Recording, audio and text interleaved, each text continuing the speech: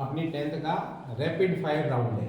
Rapid fire round अपने आप में बहुत इम्पोर्टेंस होता है उसका। अंतिम समय में ब्रह्मास्त्र की तरह हम लोग यदि परीक्षा में जा रहे हैं तो हमारा सीधा सीधा टारगेट कहाँ होना चाहिए, अपने लक्ष्य पर होना चाहिए। अब हमने टॉपिक का सबका ज्ञान है कि हमारे सिलेबस में कौन कौन से टॉपिक है। तो जैसे हमारा पहला टॉपिक है कौन सा, देखिए संज्ञा। हम सब लोगों को पता है संज्ञा क्या है, हमने अच्छी तरीके से पढ़ रखा है। किसी नाम, स्थान, भाव आदि का बोध कराने वाले जो शब्द हैं उसको हम लोग संज्ञा कहते हैं। फिर यहाँ पर हम लोगों ने ध्यान करना है कि संज्ञा के प्रमुखतः कितने भेद होते हैं। प्रमुखतः कितने भेद हैं? 3। कौन कौन से हैं? व्यक्तिवाचक, कहीं कहीं ध्यान रखना हम लोगों के लिए, यदि मान लीजिए कि एमसीक्यू प्रश्न होता है और यह प्रश्न इस प्रकार से पूछा जाता है, निम्न में से है वह संज्ञा के कितने भेद हैं, तो कितने भेद है? यदि ऑप्शन में 5 आता है, 3 आता है, तो आप क्या ठीक करेंगे? प्राथमिकता से हमको 3 ठीक करना चाहिए, ठीक है ना। क्योंकि हम लोग पढ़ते हैं कि जो जातिवाचक संज्ञा है उसी जातिवाचक संज्ञा के अंतर्गत हम लोग 2 प्रकार के और भेद पढ़ते हैं। एक पढ़ते हैं समूहवाचक। समूह का मतलब क्या? जैसे ये कक्षा है तो कक्षा कब है? जब उसके अंदर अनेक लोग यहाँ पर बैठे हुए हैं, ठीक है ना। विद्यार्थी क्या है? विद्या को ग्रहण करने वाले लोगों का एक समूह है, तो इसलिए विद्यार्थी कौन सी जातिवाचक संज्ञा हो जाएगी, है ना, वह समूह हो जाएगा। तो यहाँ पर देखिए पहला है व्यक्तिवाचक संज्ञा किसे कहते हैं? जिस संज्ञा शब्द से किसी व्यक्ति विशेष, वस्तु विशेष, ध्यान रखना एक शब्द बहुत महत्वपूर्ण लिखा हुआ है, कौन सा बताइए? विशेष। व्यक्ति विशेष, वस्तु विशेष और स्थान विशेष का क्या होता है? बोध होता है, उसे हम लोग क्या बोलते हैं? व्यक्तिवाचक संज्ञा कहते हैं। जैसे नाम, आपको भी बताया होगा कि जितने भी हमारे नाम आते हैं वो सारे के सारे नाम हैं, वो कौन सी श्रेणी में आएंगे? फिर आपको बताया होगा कि जो नदियों के नाम है, जैसे गंगा है, ठीक है ना, तो गंगा अपने आप में एक नदी का तो नाम है, ठीक। और यदि लिखा हुआ है नदी, तो बताइए गंगा के साथ में नदी जुड़ा हुआ है तो क्या होगा बताइए? व्यक्तिवाचक होगा। और यदि केवल नदी ही लिखा हुआ है तो जातिवाचक है। तो यहाँ पर है वो लिखा हुआ जैसे ये देखिए राम, श्याम, सीता, गीता, भारत, भारत एक देश का नाम है, ठीक है। पर्वतों के नाम है, नदियों के नाम है, त्योहारों के नाम है, वारों के नाम है, समाचार पत्रों के नाम है, ठीक है ना। और प्रमुख जो स्थल है उनके नाम है। जैसे ताजमहल की बात करेंगे तो ताजमहल क्या है? एक विशेष कृति है, विशेष स्थान है, इसीलिए यहाँ पर हम लोग कहेंगे कौन सी संज्ञा होगी? सामान्यतः व्यक्तिवाचक संज्ञा में व्यक्तियों, देशों, पर्वत, नदियों, त्योहारों, वारों और समाचार पत्र और नगर और गांवों आदि के नाम को क्या किया जाता है? शामिल किया जाता है। जैसे पूछ दिया जाए कि जोधपुर, तो जोधपुर बताइए किस प्रकार की संज्ञा? क्लियर हो गया? चलिए फिर आता है हमारा क्या आता है? जातिवाचक। जातिवाचक का मतलब क्या है? किसी प्राणी, वस्तु, स्थान की संपूर्ण जाति का बोध होता है। ऐसे हम लोग क्या कहेंगे बताइए? जैसे यहाँ पर कहा गया गाय, देखिए गाय की बात कही है ना, तो गाय एक हमारे लिए तो क्या है बताइए? गाय एक पशु की श्रेणी है, ठीक है ना। लेकिन पशुओं में भी अलग अलग प्रकार के होते हैं, कुछ है वो दुधारू होते हैं, कुछ नहीं होते हैं, श्रेणियां अलग अलग है।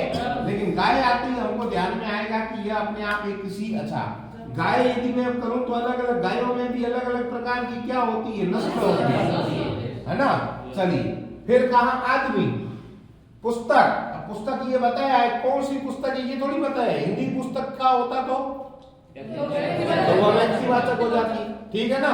चलिए पेड़, पेड़ किसका? जैसे कह दिया बरगद का पेड़, तो और केवल का क्या कहा है? पेड़। अच्छा मैंने कहा कि विद्यालय में अपने पंखे लगाने, फिर मैंने कहा नहीं ओरिएंट के पंखे लगाने, तो ओरिएंट मैंने उसका एक क्या लिया बताइए? तो पंखा तो है लेकिन पंखे में भी वह क्या बताया? मैंने विशेष बताया।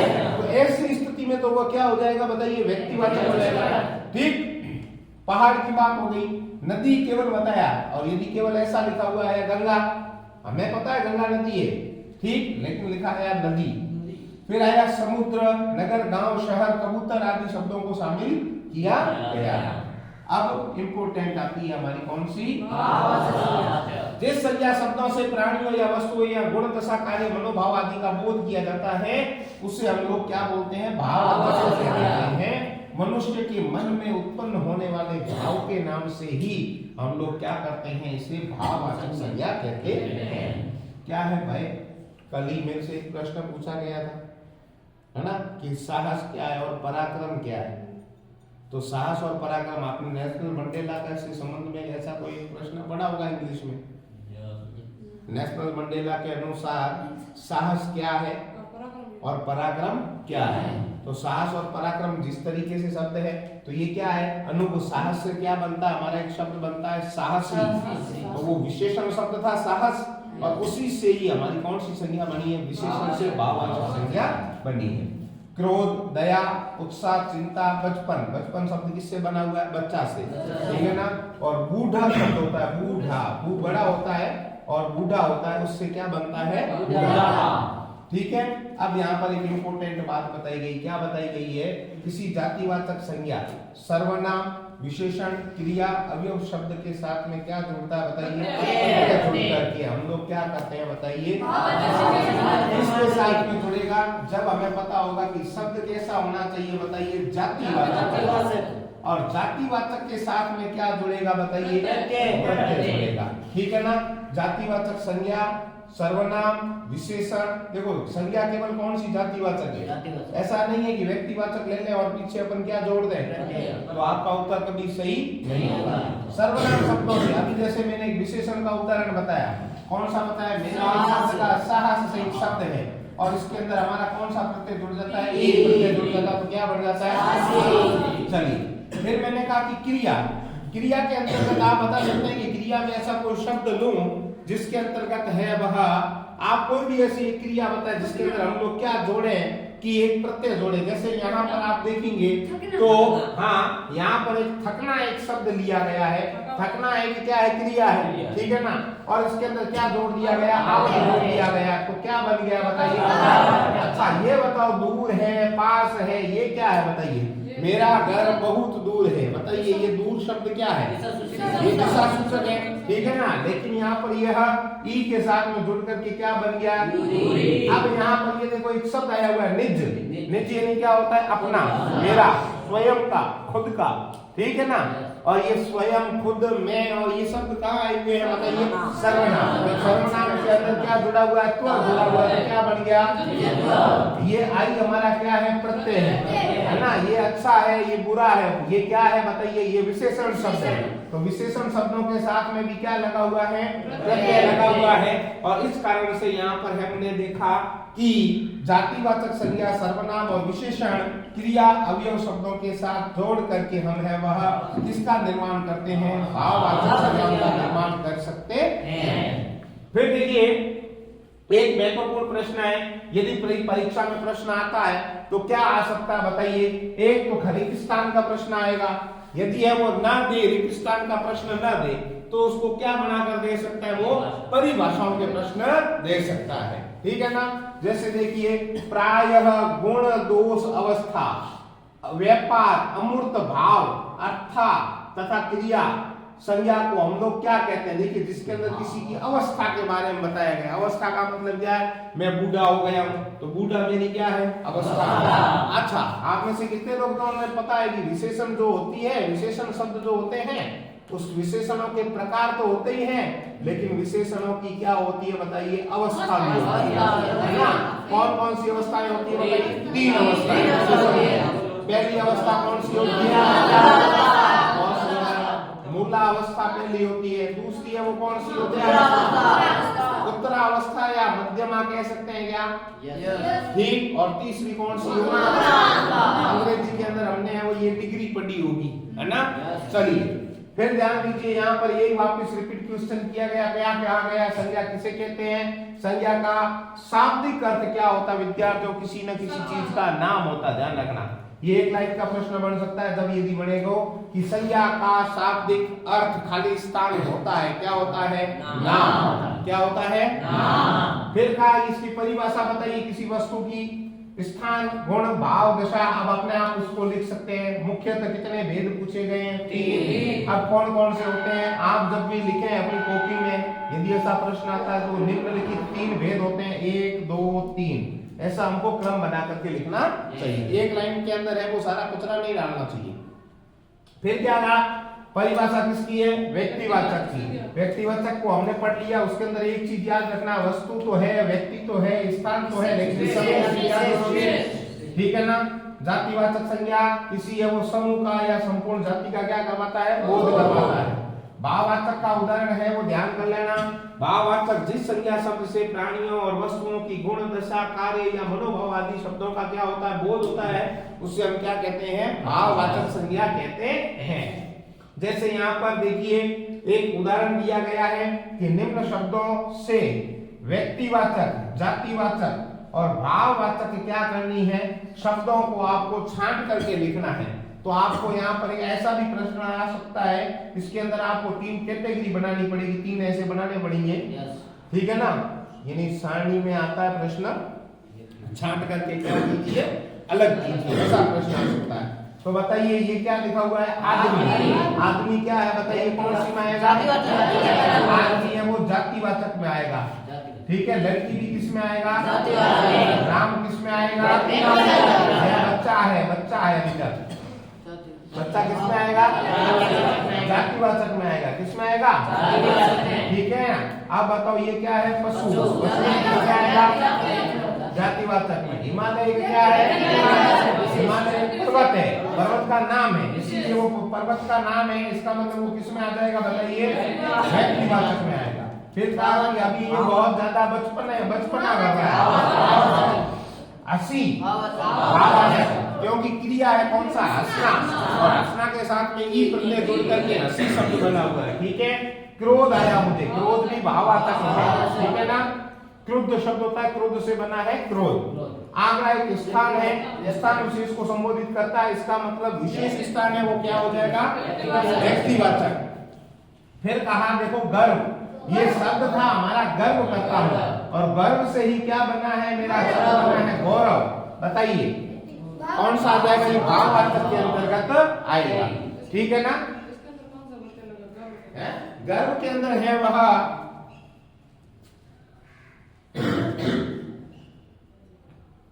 हाँ इसके अंदर है वह आपके औ प्रत्यय जुड़ा हुआ है। संधि वर्ण का यहाँ पर है वह वृद्धि, वृद्धि होती है, उस कारण से यहाँ पर है वह शब्द बना है गर्व से क्या, गौरव, औ, ठीक है ना। औ के कारण ऐसे आपने पढ़े होंगे ना कि जिसके अंदर है वो वृद्धि होती है। जैसे अपना एक शब्द है कौन सा है, समाज है, समाज के अंदर इक प्रत्यय जब जुड़ेगा ना, सामाजिक क्यों बना, क्योंकि हाँ यहाँ पर आदि वृद्धि होती है, इस कारण से यहाँ पर सामाजिक होता है। तो इसमें अ की ध्वनि आ रही है, ठीक है, और उसके अंदर किसकी ध्वनि आएगी, देखो यहाँ पर ये गर्व लिखा हुआ है, ये र है, ये शब्द है, बताइए ध्यान में है कोई संधि का ऐसा कोई सूत्र ध्यान में आ रहा हो आपको,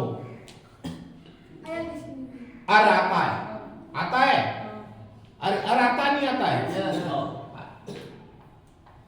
अरे किसमें, अयादी में थोड़ी आता है, अयादी में तो 4 शब्द आते हैं, अय, आय, अवन, आव, ठीक है ना। ये किसमें आएगा, ये आपके आएगा वृत्ति में भी आता है, और री लिखा हुआ आता है, री अर होता है, री का क्या होता है, अर होता है, वृत्ति रेची है ना, वृत्ति रेची एक उदाहरण है हमारा, ठीक है ना। ये हमारा है वो संज्ञा से रिलेटेड बात थी, किससे। दूसरा हमारा टॉपिक आता है कौन सा, सर्वनाम। कौन सा टॉपिक है, सर्वनाम। सर्वनाम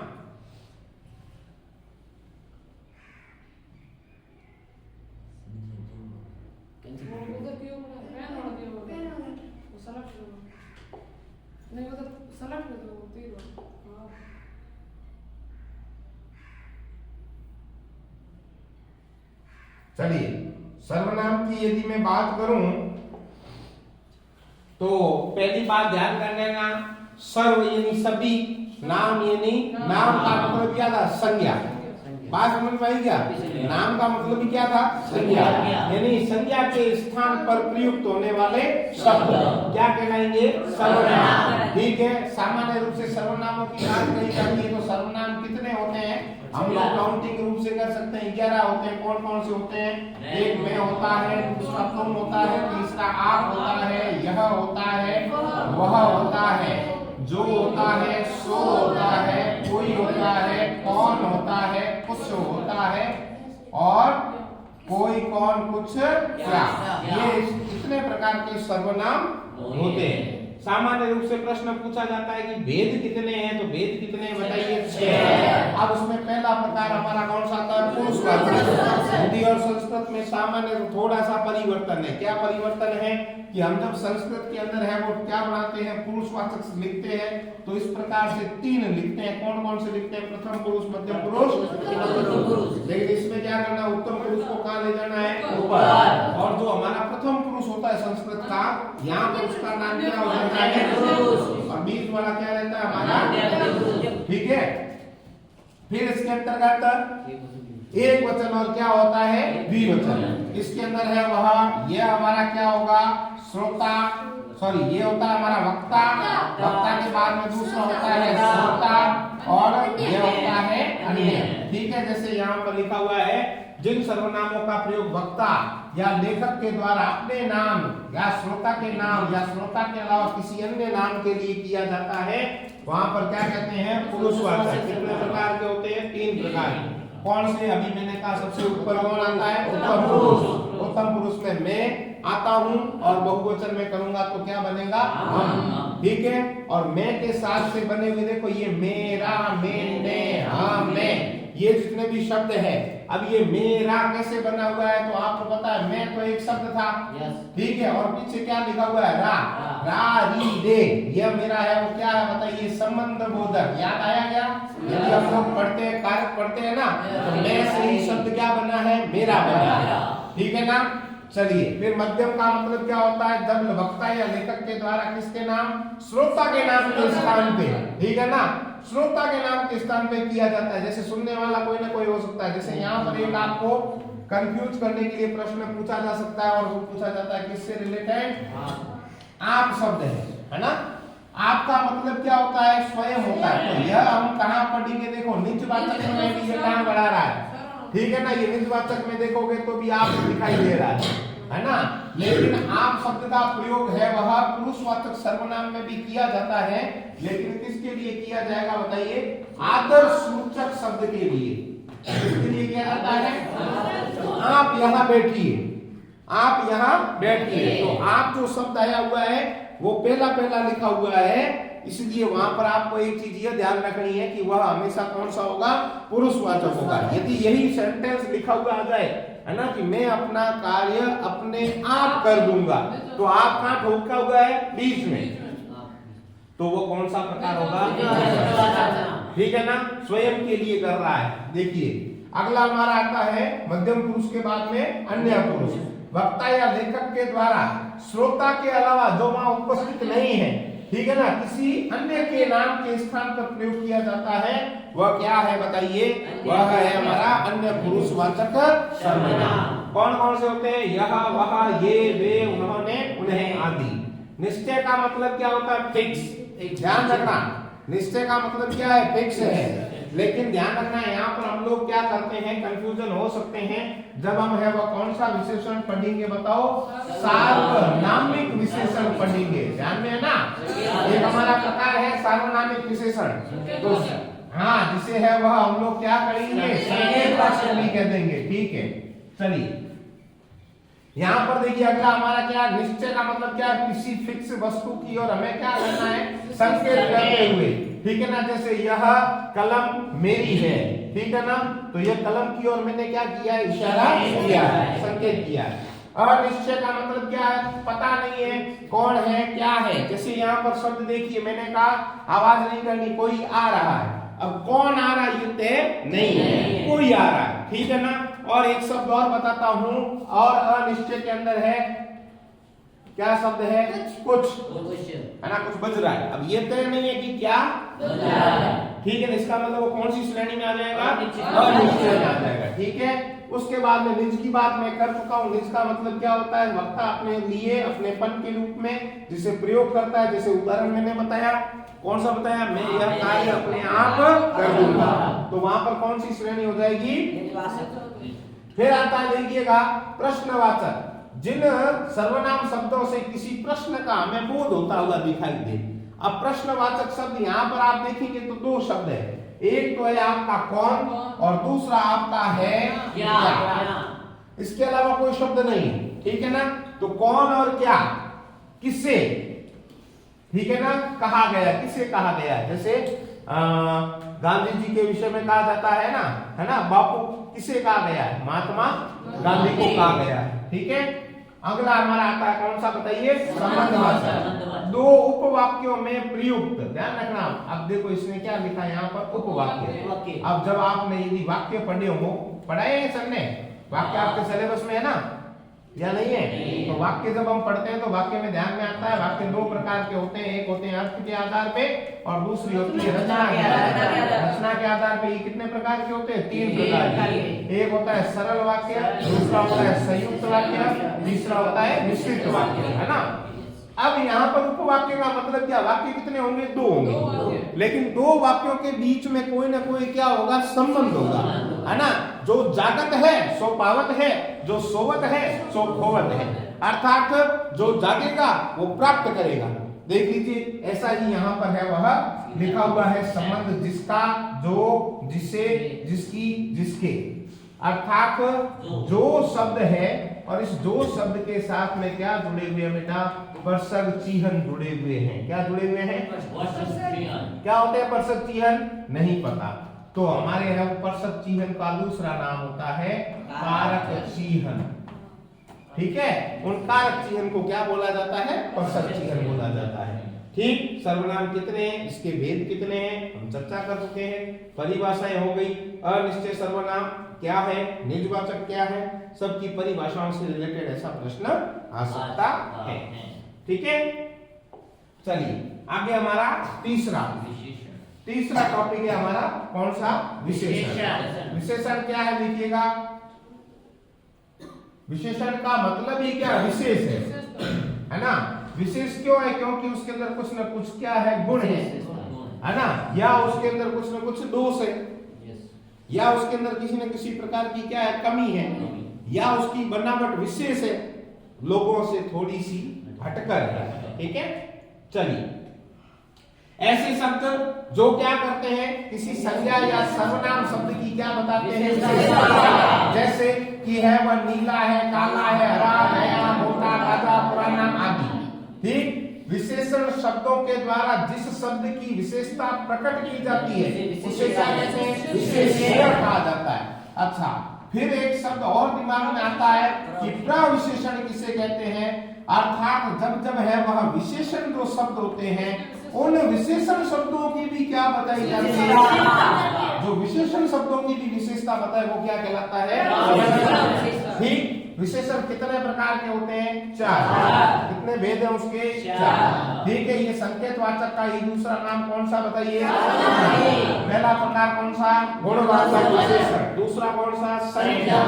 संख्या में कितने प्रकार का आएगा, दो प्रकार, एक आएगा निश्चित और दूसरा आएगा अनिश्चित। एक शब्द यहाँ लिखा हुआ देखो, क्या लिखा, परिमाण। एक शब्द आता है परिणाम और दूसरा आता है परिमाण। हाँ, परिमाण का मतलब क्या है, कोई बताएगा, है मात्रा, जिसे सामान्य रूप से हम कह सकते हैं नाम, तोल की बात की जाती है, ठीक है। और रिजल्ट है, ये परिणाम है हमारा, ठीक है। चार प्रकार ध्यान में रह जाएंगे। यदि प्रश्न ऐसा न बना करके ऐसा भी दे सकता है वो, यदि एमसीक्यू प्रश्न डाले तो क्या देगा, बताओ, निम्न में से कौन सा नहीं है, ऐसा होगा। तो तीन, हमको चार याद है, ठीक है ना। तो ध्यान रखना कौन कौन से है, नहीं है, उस विकल्प का चयन करना होता है, लेकिन अपने प्राथमिक रूप से चार लिए, ठीक है। आगे देख, करवाया है कौन से सर ने, ठीक है, कोई दिक्कत नहीं, आप चार लिख सकते हैं। गुणवाचक विशेषण, ऐसे शब्द जो किसी संज्ञा या सर्वनाम शब्दों के गुण, दोष, दशा, रंग, रूप, स्थान आदि की विशेषताओं को प्रकट करते हैं उसे क्या कहते हैं? गुणवाचक। जैसे कहा आदमी है लेकिन कैसा है? उसका आचरण कैसा है? कुर्सी तो है लेकिन उसकी अवस्था बता दी, बताओ टूटी हुई है ना। कुर्सी काले रंग की भी हो सकती, कुत्ता काला है ना। बालक कैसा है? सुंदर है। नारी कैसी है? भाग्य है, ठीक है ना। और आम कैसा है? तो उसके रंग, रूप, इत्यादि स्वाद के बारे में अच्छा बताया गया है। फिर आता है दूसरा हमारा संख्यावाचक विशेषण। ऐसे शब्द जो किसी संज्ञा या सर्वनाम की क्या प्रकट करते हैं? संख्या प्रकट करते हैं, वो सर्वनाम कहलाता। कौन सा बताइए? संख्यावाचक। इसके कितने भेद हैं? दो। कौन कौन से? पहला, दूसरा, अच्छा है ना। यहाँ पर लिखा हुआ है, देखो देखो यहाँ लिखा हुआ लोक, ये क्या होता है? संसार होता है, लेकिन आगे लिख दिया क्या लिखा? तीनों लोकों में। तीनों लोकों में ऋषि राज की पदवी पाई है ना। तीनों लोकों में ऋषि राज की पदवी प्राप्त की है। किसने प्राप्त की थी पता है आपको? एक हमारे है वह नारद नाम का व्यक्ति हुआ, वो गांव गांव घूमा, तब वो कहता है कि मैंने है वो कामदेव को जीता है, मैं काम जीत के लाया हूँ, तीनों लोकों में ऋषि राज की पदवी पाई हूँ। तो वहां पर लोग कितने हैं? 3, ठीक है ना। आज विद्यालय में है वह 10 लड़के अनुपस्थित है। लड़के अनुपस्थित नहीं है, लेकिन मैंने बता दिया कितने हैं? 10 बता दिया, ठीक है। घर से निकला था तो मुझे कहा गया था, क्या कहा गया था कि अजी सुनते हो कुछ पैसे देके जाना। कुछ पैसे देके जाने का मतलब बताया नहीं था कि कितने देने, निश्चित नहीं है। तो वो कौन सी श्रेणी में है? और कहा गया कि 100 रुपए मुझे दीजिए, तो उन्होंने क्या बता दिया? निश्चित बता दिया, ठीक है। अगला हमारा प्रश्न देखिए कौन सा बनता है? परिमाण। परिमाण का मतलब ही देखो, एक शब्द आया, क्या आया? नापतोल। और क्या आई? मात्रा, ठीक है ना। मात्रा के अंदर ध्यान रखना, आज है वह अधिक बच्चे, आज अधिक बच्चे अनुपस्थित थे। तो बताइए अधिक कितना है? तय है क्या? अधिक का मतलब कोई पैरामीटर है क्या? अधिक को कितने से मापूं? 100 से मापूं या 1000 से मापूं? ऐसा कोई पैरामीटर नहीं है। तो यहाँ पर इसके भी कितने भेद बताए हैं? 2। कौन से बताए बताइए? निश्चित और अनिश्चित, ठीक है ना। अजी सुनते हो दूध ले आना, अब दूध तो ले आना, लेकिन ये नहीं बताया गया है कि दूध कितना, और यदि निकलते समय बता दिया गया है कि 2 किलो आलू लाने हैं, तो सामान्य बताइए आलू कितने हैं? 2 किलो। उसकी मात्रा मुझे पहले बता दी गई है, ठीक है ना। ध्यान में आई क्या? हाँ, ऐसा होता है आज के 2 गुना विद्यार्थी आए हैं। हाँ 2 गुना है। 2 गुना का मतलब क्या है? 2 गुना, 4 गुना, ये किस में आएंगे बताइए? संख्या में आएंगे, निश्चित में ही आने, ठीक है ना। 2 गुना, 4 गुना। 2 गुना का मतलब क्या? किसी न किसी एक मात्रा में, यदि पहले कोई न कोई संख्या तय थी, उसका क्या आया है? 2 गुना, ठीक है। फिर यहाँ पर देखिए अनिश्चित हो गई बात, थोड़ा कम, अभी मैंने बताया आज कम और अधिक की बात हो गई थी मेरी, ठीक है ना। थोड़ा कपड़ा लेके आना, अब थोड़ा कपड़ा कितना लाना है ना। 3 मीटर का होता तो समझ में आता। अच्छा, इसके अंदर एक आपको ध्यान देने की चीज है, इकाइयां दी हुई होगी अधिकांश स्थानों पर, आप देखना क्या लिखा, देखो लीटर, क्या लिखा है? किलो, क्या लिखा है? बात समझ में आई क्या? इकाइयां सबकी लिखी हुई होगी, ध्यान रखना, ठीक है ना। क्लियर है? मेरा घर यहाँ से 5 किलोमीटर दूर है, इसका मतलब बता दीजिए क्या हो गया? निश्चित हो गया। क्लियर है ना? चलिए फिर अगला क्या आता है हमारा? संकेत। ध्यान दीजिएगा, संकेत या क्या है? सर्वनाम विशेषण।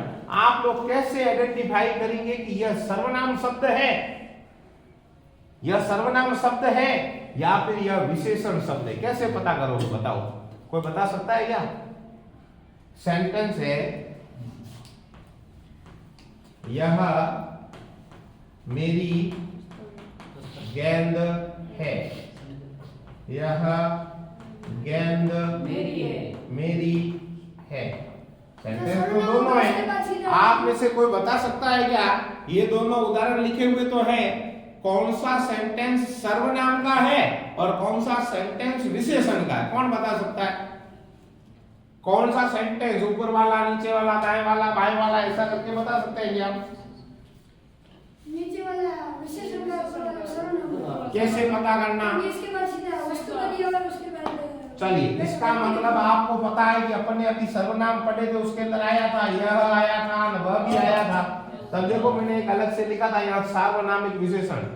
आइडेंटिफाई क्या करने का तरीका है? आइडेंटिफाई तरीका यही है कि यह और वह, ये जो क्या है, ये हमारे सर्वनाम शब्द है। इस सर्वनाम शब्द के ठीक आगे यदि हमारा कोई भी संज्ञा शब्द आ जाए, क्या आ जाए? संज्ञा शब्द आ जाए। संज्ञा का मतलब क्या? कोई ना कोई व्यक्ति होगा, कोई ना कोई वस्तु होगी, कोई ना कोई स्थान होगा, गुण दशा भाव इत्यादि होगा, तो वह हो जाएगी। अब देखो यहाँ पर क्या कहा? यह मेरी, आपको अभी बताया ये मेरा, मेरी, ये सारे शब्द कैसे हैं? सर्वनाम। तो सर्वनाम के बाद में सर्वनाम आ गया है ना, सर्वनाम के बाद में किसकी रिपीटेशन हो गई? सर्वनाम। लेकिन यहाँ पर मैंने कहा कि ये क्या है? कहने खेलने की कोई ना कोई चीज है, वस्तु है। इसका मतलब वस्तु है, इसका मतलब ये अपने आप में क्या है? संज्ञा है। और संज्ञा से पहले यदि कोई लगा हुआ है सर्वनाम, तो वो क्या कहलाएगा? सार्वनामिक विशेषण। ठीक है, जैसे लिखा है इस गेंद को मत फेंको। ठीक है, ये हमारा यह पुस्तक मेरी है। अब देखो यहाँ पर मैंने ये सेंटेंस है वो किसमें कन्वर्ट कर रखा है? ठीक, वह घर, यानी संकेत किया मैंने, वह घर है ना, किसी न किसी घर की ओर इशारा तो किया ही है, लेकिन ये संकेत है या नहीं है, या सार्वनामिक विशेषण है या नहीं, कैसे पता करेंगे? तो वह के तुरंत बाद में क्या आया है? घर। घर क्या है? एक संज्ञा है, लेकिन कैसी है? जातिवाचक, है ना। क्लियर हो गई? यहाँ पर प्रविशेषण की बात बताई कि मैंने यहाँ पर प्रविशेषण का मतलब क्या है? जो विशेषण शब्दों की क्या बताता है? विशेषण। तो विशेषण शब्दों की, जैसे यहाँ पर यदि यह शब्द नहीं होता और यह शब्द नहीं होता, ठीक है ना, यह मैदान है, मैदान कैसा है? छोटा है।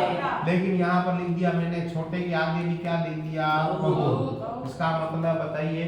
छोटा है, लेकिन है छोटा है, छोटे की भी और बहुत छोटा है। ठीक है ना। ऐसे कहा कि यह यहाँ एक महल था, लेकिन महल कैसा था? ऊंचा महल था। ठीक, लेकिन यहाँ पर लिखा मैंने अत्यंत, अत्यंत। ठीक है ना, अति धन अंत। ठीक है। अवस्था की विशेषण की रचना किस किस से होती है, ये भी एक ध्यान रखने की है कि विशेषण की रचना है वो किस किस से होती है। संज्ञा शब्दों से भी विशेषण बनता है, सर्वनाम से भी बनता है, क्रिया से भी बनता है, और अवयव शब्दों से भी है। वो किसका बनता है? विशेषण की रचना होती, लेकिन जोड़ना क्या पड़ता है? प्रत्यय। जिस प्रकार से हमने पढ़ा था, क्या पढ़ा था? भाववाचक संज्ञा का निर्माण है वह जातिवाचक संज्ञा प्लस सर्वनाम, विशेषण और क्रिया और अवयव को जोड़कर होता है। ठीक है ना जी? हाँ, उन सब में प्रत्यय जुड़ेगा, फिर ये अपना है वो वापस रिपीटेड हो जाता है, जो अभी अपन ने वापस पढ़ा है परिभाषा के रूप में। हाँ, क्रिया आपके सिलेबस में है, लेकिन कितने प्रकार की है? कौन कौन सी? बस मामला इससे काम हो जाएगा क्या है? अरे अकर्मक और क्या है? सकर्मक से काम हो जाएगा क्या है? करना तो इसी से पड़ेगा ना, और कोई है? हाँ, आपने क्रिया वैसे सामान्यतः कितने प्रकार की होती है? 2 प्रकार की होती है, ध्यान रखना। एक होती है क्रिया, वो होती है कर्म के आधार पे, और दूसरी जो क्रिया होती है किसके आधार पे? रचना या बनावट के आधार पर। ठीक है, हमारे सिलेबस में वो किसके आधार पे है? कर्म के आधार। कर्म कितने? 2, अकर्मक और सकर्मक। ठीक है, ऐसी हम लोगों को पता कब करना चाहिए अकर्मक और सकर्मक है, उसको पता करने के लिए सबसे पहले हमें वाक्य में क्या दी हुई होगी? क्या दी हुई होगी? क्रिया दी हुई होगी। ठीक है ना, हमारे पास में क्या दी हुई होगी? क्रिया दी हुई होगी। हमें वाक्य में क्रिया को सबसे पहले पकड़ना। ठीक है ना, ध्यान रखना। रहा है, रही थी, ये जो उतनी है, ये सारी है वो हमारी क्या है? ये सारी है वो सारी क्रिया जो किसका निर्धारण करती है? काल का निर्धारण करती है। ठीक है ना, हमें तो क्या पकड़नी है? मूल क्रिया पकड़नी है, और उस मूल क्रिया से आगे वाले शब्द की ओर जाना है। वो कैसे करना है कि हमें कैसे पता करेंगे कि क्रिया है वो अकर्मक है या सकर्मक है? तो हमें क्या करना? 2 टाइप के क्वेश्चन पूछने हैं। कितने प्रकार के प्रश्न पूछने हैं? 2 प्रकार के। एक प्रश्न पूछना है क्या, और दूसरा प्रश्न पूछना है किसको। बस ये 2 प्रश्न आप पूछ लेना, इसके अलावा आपको कोई भी दिमाग में प्रश्न नहीं रखना है। यदि आप इनको पूछेंगे कि क्या और दूसरा प्रश्न पूछेंगे किसको, यदि दोनों में से किसी एक का भी उत्तर मिल जाता है इसका मतलब वो क्रिया किस प्रकार की होगी। यदि है वो दोनों में से दोनों के ही उत्तर हमें मिल जाते हैं तो ध्यान रखना वह क्रिया अपने आप में कैसी होगी, विकर्मक क्रिया होगी। कैसी क्रिया होगी, उसके अंदर कर्म की उपस्थिति कितने में है, दो। जैसे यहाँ पर मैं लिखता हूँ अध्यापक छात्रों को, ठीक है ना, पाठ पढ़ाता है। अब देखिए पहला काम यदि मैं बीच में से पाठ को हटा देता हूँ, अध्यापक छात्रों को पढ़ाता है, ठीक है ना, प्रश्न बनेगा कि अध्यापक छात्रों को किसको पढ़ाता है, किसको पढ़ाता है, तो उत्तर क्या आएगा, ठीक। और प्रश्न आएगा कि क्या पढ़ाता है, तो अब बताओ दोनों सवालों के इसके अंदर उत्तर मिल गए, दोनों मिल जाते हैं तो वो कौन सी श्रेणी है। जैसे यहाँ लिखा है गुरुजी छात्रों को क्या कर रहे हैं, पढ़ा रहे हैं, तो क्रिया कौन सी है, पढ़ाना, ठीक है ना, ठीक है।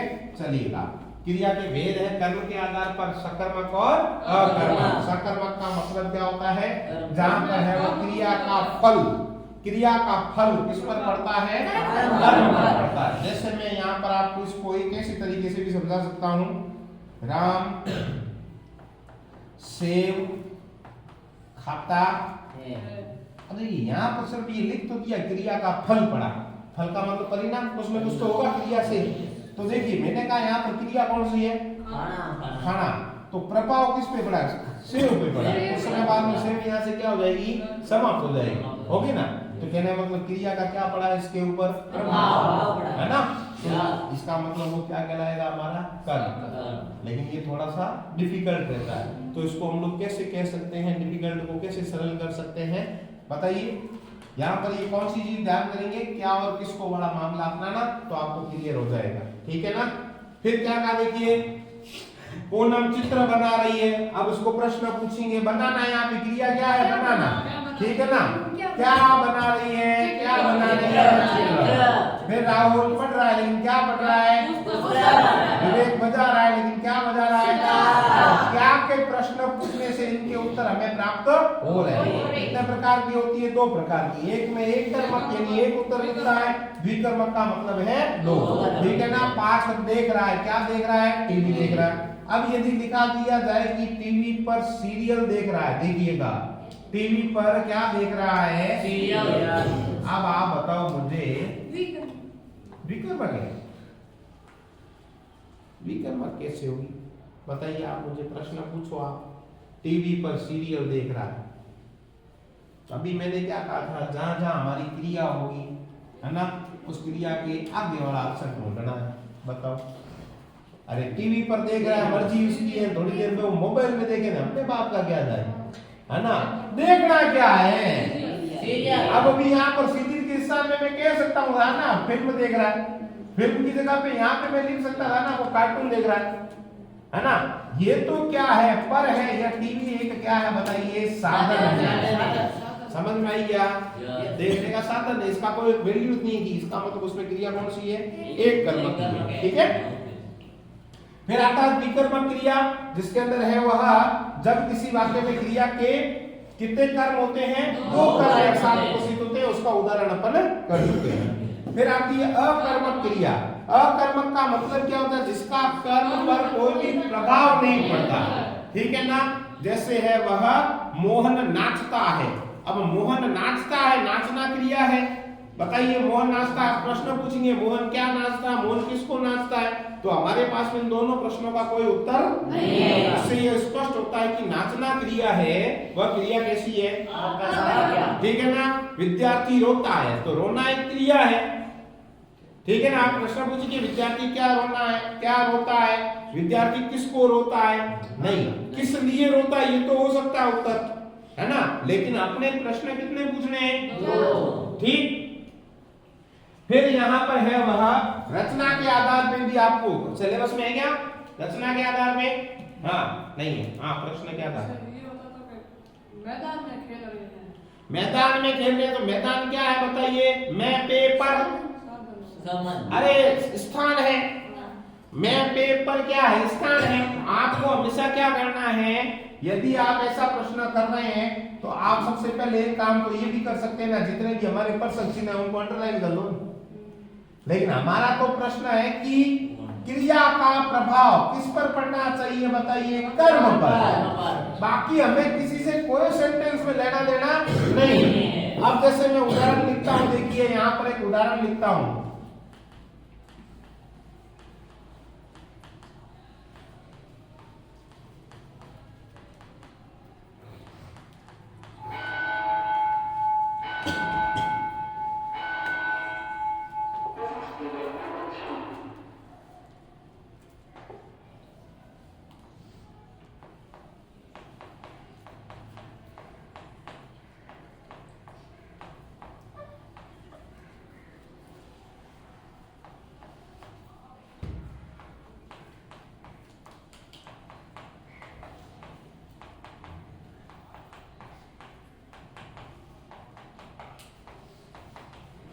चलिए, सेंटेंस लिखा है मैंने, स्वागतार्थ आए हुए लोगों, स्वागत में आए हुए लोगों, ठीक है ना, को श्री कृष्ण ने गीता का संदेश दिया। अब आप बताओ इसमें क्रिया कौन सी है? देना, है ना? क्या दिया? किसको दिया? लोगों को। लेकिन लोग कौन से हैं? लोगों को। इससे पहले वाली जो लाइन लिखी हुई है ना, वो पूरा इसका उत्तर है, कर्म, ठीक है ना। स्वागतार्थ आए हुए लोगों को, ठीक है ना। अब लंबा सेंटेंस भले कितना ही हो ना, हमें तो प्रश्न पूछना। अच्छा, हमारी सबसे बड़ी अच्छी पहचान क्या होती है? हमारे यहाँ पर क्रिया सबसे लास्ट में होती है, ठीक है ना। लेकिन मैंने अभी आपको बताया लास्ट में भी ये रहा, रही, ये जुड़े हुए होते हैं, ठीक है ना। ये सारे किसका बोध करवाते हैं? ये काल का बोध करवाते हैं। इसमें हमें मूल क्रिया ढूंढनी है, और मूल क्रिया के आगे वाला 99.99% आपका क्या होगा? कर्म ही होगा, ठीक है। ये आपके सिलेबस में नहीं है। कौन सी? रचना। तो ये हमने है वहां क्या पढ़े? 4 बिंदु पढ़े। कौन कौन से बताइए? और विशेषण पढ़ा, ठीक है। अब हमारा है टॉपिक अव्यय। अव्यय डेफिनेट समझ लो, बस सीधा सीधा इससे ही अपन को समझ में आ जाएगा, ठीक है ना। जब कभी भी आपको किसी भी शब्द का क्या नहीं आता है, उत्तर नहीं आए, क्या हुआ? रुक गया? सुधरे, कोई बात नहीं, रुकेगा भी चलेगा हमारे, ठीक है। चलो अब देखो बेटा, जब अपन को किसी भी शब्द का, आपने सबसे बड़ी समस्या कहाँ है पता है आपको?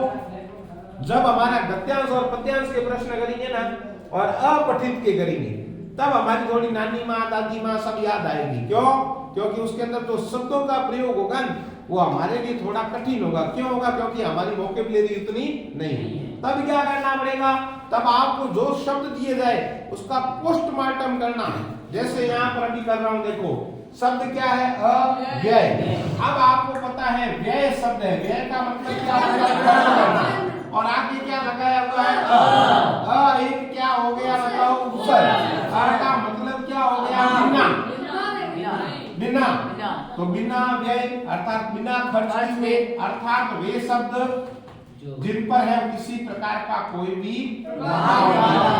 लेकिन प्रभाव कितनी चीजों का नहीं पड़ता, बताइए? कितनी चीजें चाहिए? लिंग, वचन, काल, ठीक है ना। उनका कोई भी इनके ऊपर प्रभाव नहीं पड़ेगा। तो लिखा है, देखिएगा यहाँ, अ और व्यय से जोड़ से बना हुआ, जिसमें अ का अर्थ होता है क्या होता है? नहीं, और व्यय का अर्थ होता है खर्च या परिवर्तन, है ना, चेंज, ठीक है ना। ऐसे शब्द जिनमें किसी भी परिस्थिति में परिवर्तन नहीं होता वे अवयव शब्द कहलाते हैं। परिभाषा बता दी, यहाँ पर लिंग है, वचन है और काल है। 3 चीजों का ध्यान रखना। ये प्रश्न पूछा जाता है ना। ये प्रश्न रेगिस्तान में भी पूछा जाता है कि वहां पर 3 आपको रेगिस्तान दे दी जाएगी, क्लियर है। तो यहाँ पर क्या हो जाएगा? लिंग, वचन और काल, क्लियर। अवयव कितने प्रकार के होते हैं देखिए। तो अवयव यहाँ पर आपको 4 प्रकार के। सामान्य रूप से हम लोग इसको कहां से पढ़ना शुरू करते हैं? जब हम शब्द पढ़ते हैं। क्या पढ़ते हैं? शब्द, ठीक है ना।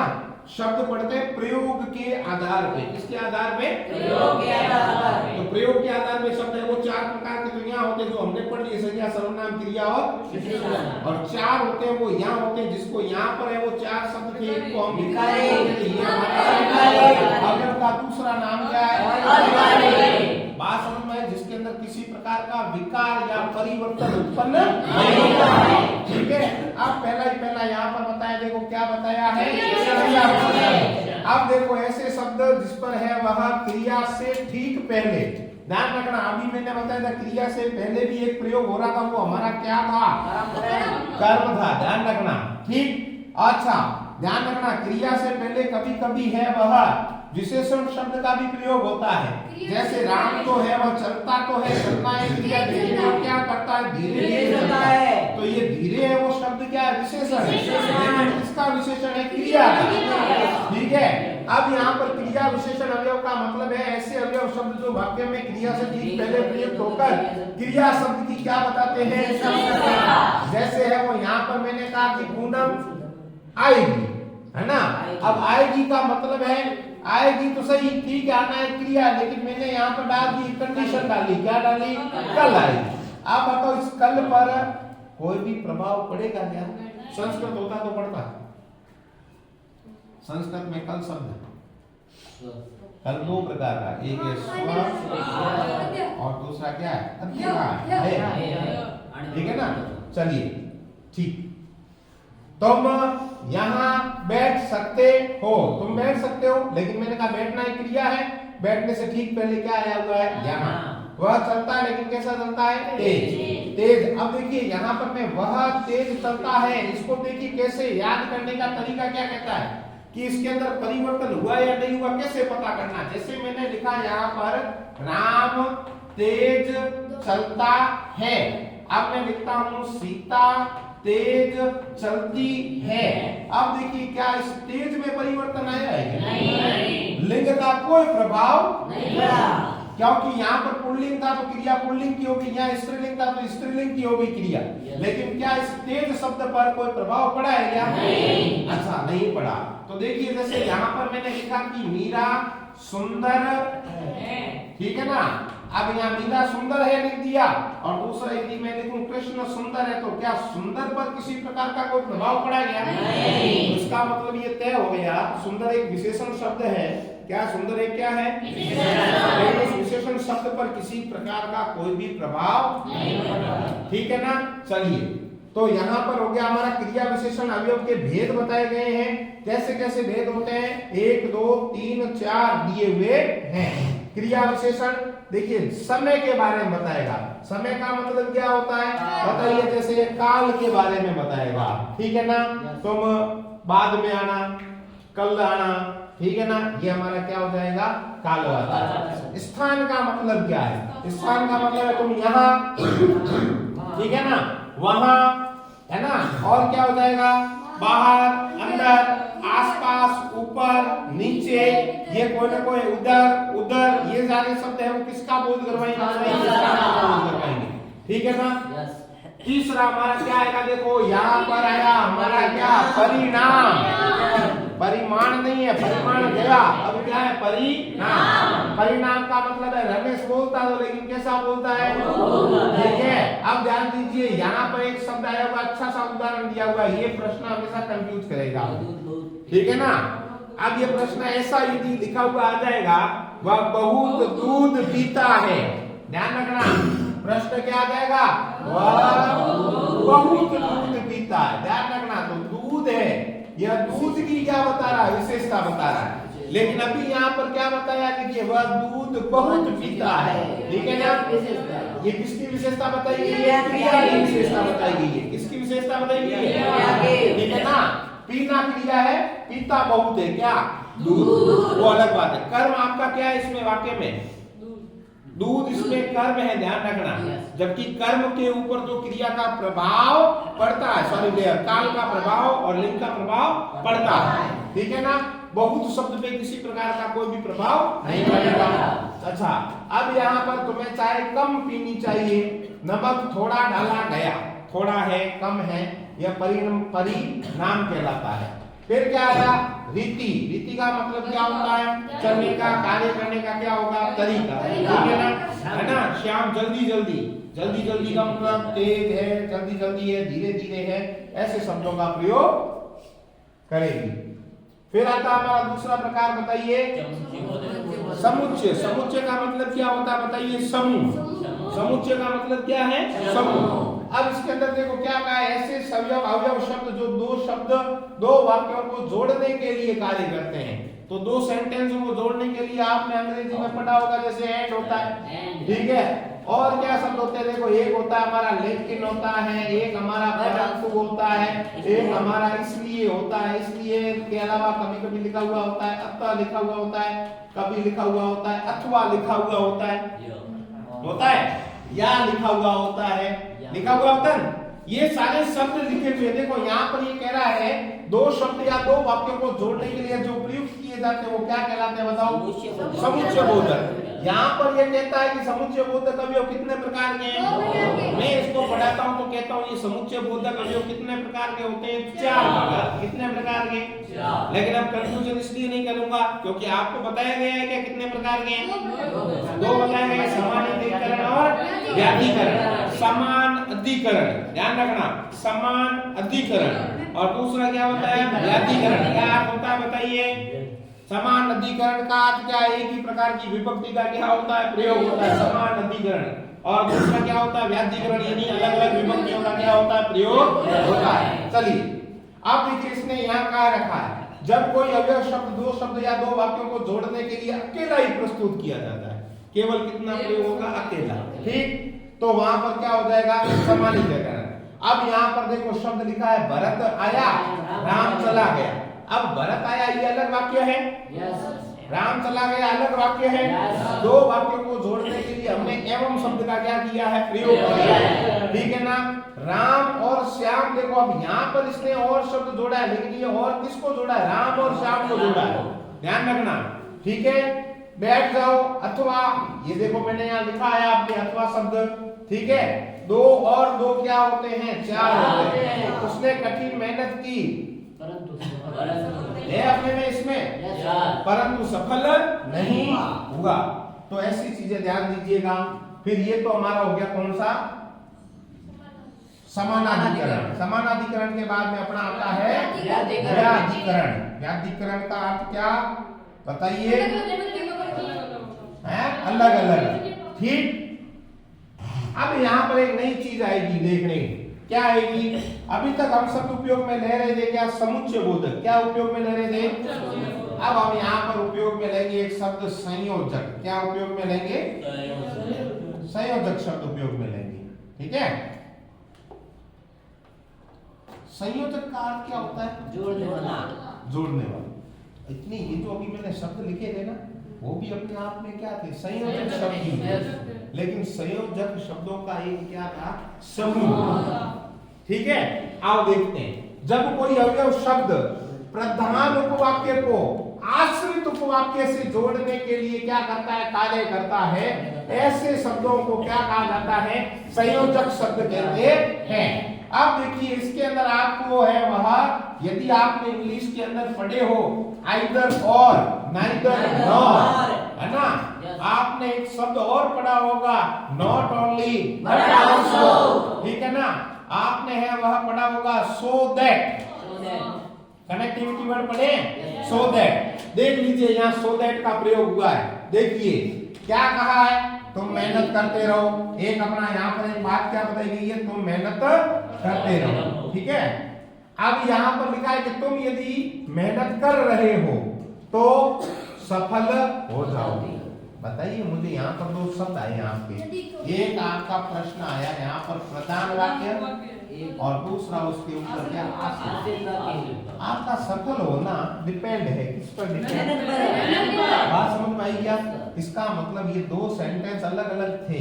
तो पहला बताओ, मेहनत कैसा वाक्य है हमारा, प्रधान वाक्य। सफल होना आश्रित वाक्य। तो प्रधान वाक्य और आश्रित वाक्य को जोड़ा गया, कितने से जोड़ा गया, ठीक। ऐसे ही आगे लिखा हुआ देखो, तुम मेरे पास आते तो मैं तुम्हारी क्या करता, सहायता करता। किससे जुड़ा हुआ है बताइए, अगर अगर और और। दो से दो। यदि तुम अपनी खैर चाहते हो तो यहाँ से भाग जाओ। ठीक है ना। अब ये मैंने आपको एक तरह का क्या दे दिया, वार्निंग दे रखी है ना।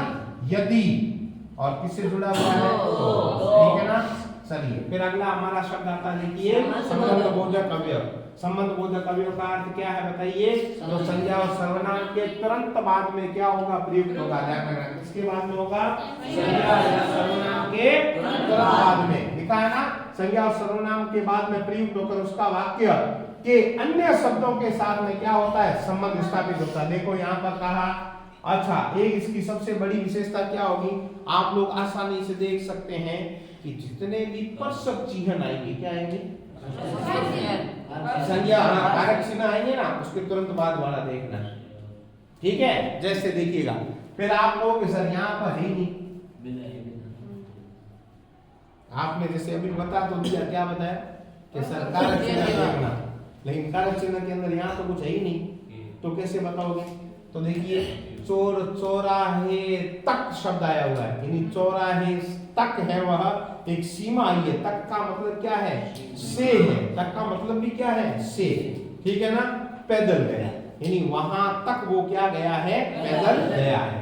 देखिए संज्ञा और सर्वनाम के साथ में संबंध स्थापित करेगा, विद्यालय के समीप संबंध बता रहा है, ठीक है, ठीक है। पिताजी के साथ, बिना। अच्छा ऐसा ध्यान में नहीं आए तो दिमाग में एक चीज और बता दूं, संस्कृत में हमने पढ़ी है, समीप पढ़ा है, बिना पढ़ा है, साथ पढ़ा है, तृतीय विभक्ति पढ़िए, दिमाग रह सकती है। क्या है वो, पिताजी के साथ, ठीक है।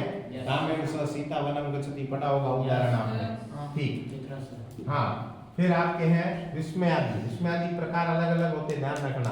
कितने प्रकार के होते हैं, 8 प्रकार के होते हैं विस्मयादि, ठीक है। हर्ष होता है, यहाँ पर ये शौक, 2 शब्द लिखे हुए हैं, एक शब्द है ये शौक है और दूसरा क्या होता है, शौक है। तो देखिए ये तो है वो आपकी आदत है, ये अपने है वह दुख का कार्य है। घृणा, संबोधन, विस्मय, स्वीकृति, अनुमोदन आदि भावों को प्रकट करता है। अच्छा आप में से कितने लोग जानते हैं निपात शब्द क्या होते हैं, निपात, निपात वर्ण क्या होते हैं, कितने लोग जानते हैं बेटा, पढ़ा है क्या ऐसे शब्द, निपात, निपात वर्ण पढ़े हैं क्या, पढ़े क्या होते हैं, ये बता दीजिए, है ना। कोई बात नहीं, 9th क्लास में आया था लेकिन हमने ध्यान नहीं दिया, कोई बात नहीं। मैं आपको बताता हूँ, एक शब्द होता है ही और दूसरा शब्द होता है ही। जब वाक्य में ये दोनों शब्द आ जाते हैं ही और भी, है ना, ये किसी भी कार्य को करने के लिए क्या कर देते हैं, मजबूर कर देते हैं, है ना।